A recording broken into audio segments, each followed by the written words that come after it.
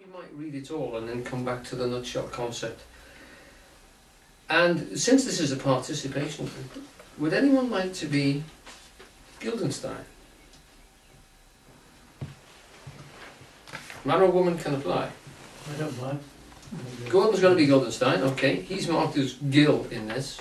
Mm-hmm. And Ros is Rosencrantz. Who would like to be Rosencrantz? Anybody? Bob! A rosy crossed chap, if ever. And do we have a Hamlet? Anybody here fancy being a rough, coarse, stevedore of a chap? Hamlet. Okay. You might be stuck with it. I'll do Hamlet then. Just go and put me tights on. Right, so we'll read it first of all. There is some little bit of bawdy in here.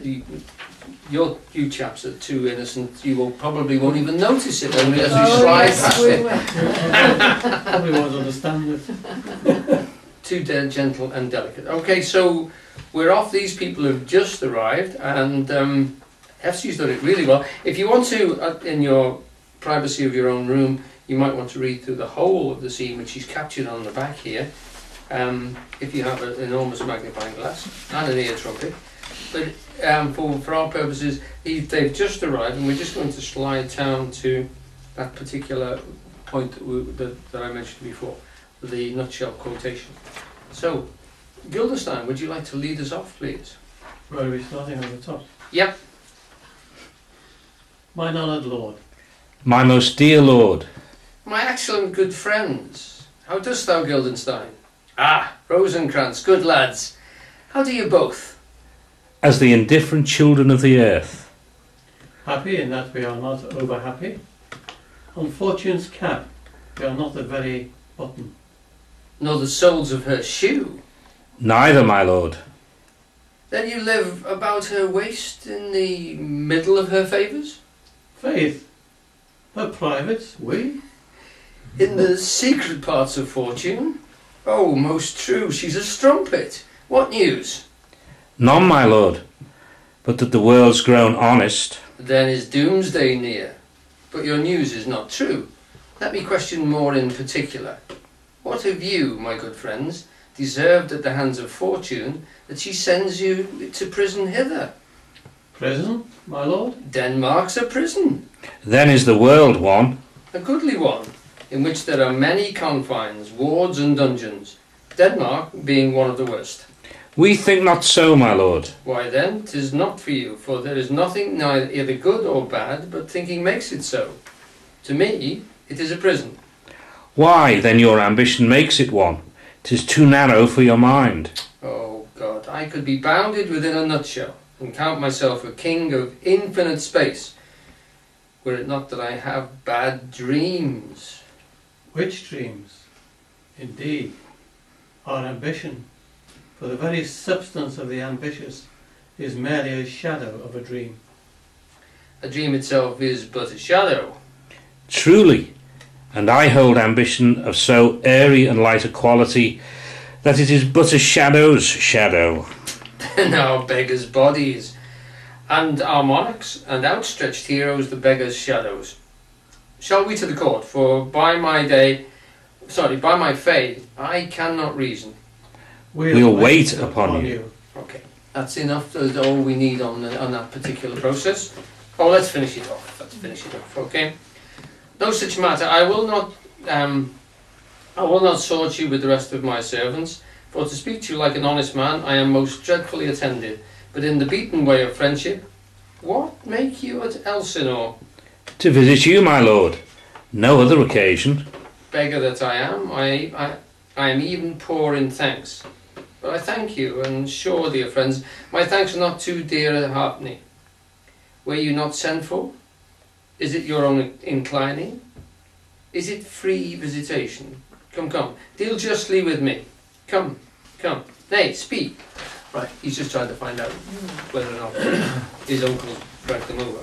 Okay, so, in a nutshell, referring to Hamlet is to refer to that particular thing. We could confine himself in a nutshell, in a tiny, small process. I think of it rather like a walnut shell. would consider himself to be king of infinite space if it weren't for the fact that he has bad dreams.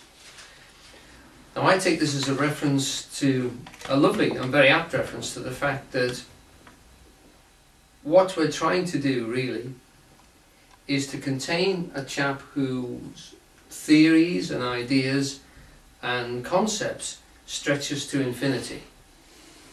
I mean, no one made me think as big in my lifetime as Eugene Halliday did, and his references go beyond, far beyond what most people would consider to be the food of thought, and constantly dabbled with infinity and eternity. And to combine them into a nutshell, to get him down into a small talk, which was what we essentially tried to do, was going to be very, very difficult indeed. But it was also very apt because of the bad dreams part, because when I think about it, what actually brings most people to what we would call spiritual inquiry or self-inquiry, for want of a better word, philosophy or religion, is the fact that we're looking for something which is more in life. We're looking for something which is going to take us beyond the confines of our own lives, because for some reason we're uncomfortable, we're disquiet, we are ill at ease with what we have. And so that idea of bad dreams, the fact here he's picking up on the fact that to him Denmark is a prison. Although he's the prince of the royal house, he's uncomfortable there. There isn't enough in his life. There isn't enough. His rank is a prison in itself.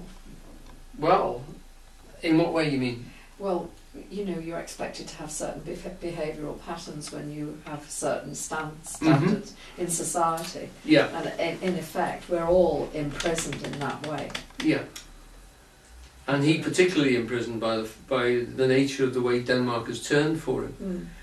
And he's been just brought up against the situation of death. He's actually been confronted with his father's ghost. So we're having this other great eternal problem which raises itself in human beings. And I was only reading the other day a scientist saying that most of the problems that human beings have is that, unlike animals, we know our own death is on the way. We can contemplate our own death. We know at some point this thing that we're quite established in is going to be annihilated. It's going to go through a completely different change of form, and it'll be unrecognisable, and any conception that we have a life beyond it is sort of airy-fairy in his idea, wishful thinking in his idea, but the fact that we know we're going to have to go through such a dramatic change makes us think seriously about who we are, what's going on, and why we're here. So, in that sense alone, I thought that this was a very apt titling, if I have to call it that, and because it did echo my own feelings as to why I first of all started going out to see people like Ken Ratcliffe, and why I've been to see many other people and listened to many other people, and it's taken in many videos and DVDs and films and stuff, as well as visiting different groups, spiritualists, church groups, Buddhists, Tibetans, all sorts of weird chaps over a course of about 40 odd years now. And why I can safely say that of them all, Eugene is the one actually that one constantly acknowledges and keeps returning to. It's not as if I've stayed sort of steadfast only to studying him, but he is the one that you return to because of the quality of what he does. And so, the essence of the talk then came down to the fact of how, in what brief way could I try and formulate my thoughts to recommend the study of Eugene Halliday, and to put it across to people who may have never come across his ideas before, but also to those people who have come across those ideas, in terms of what I think is the essence of what he was getting at.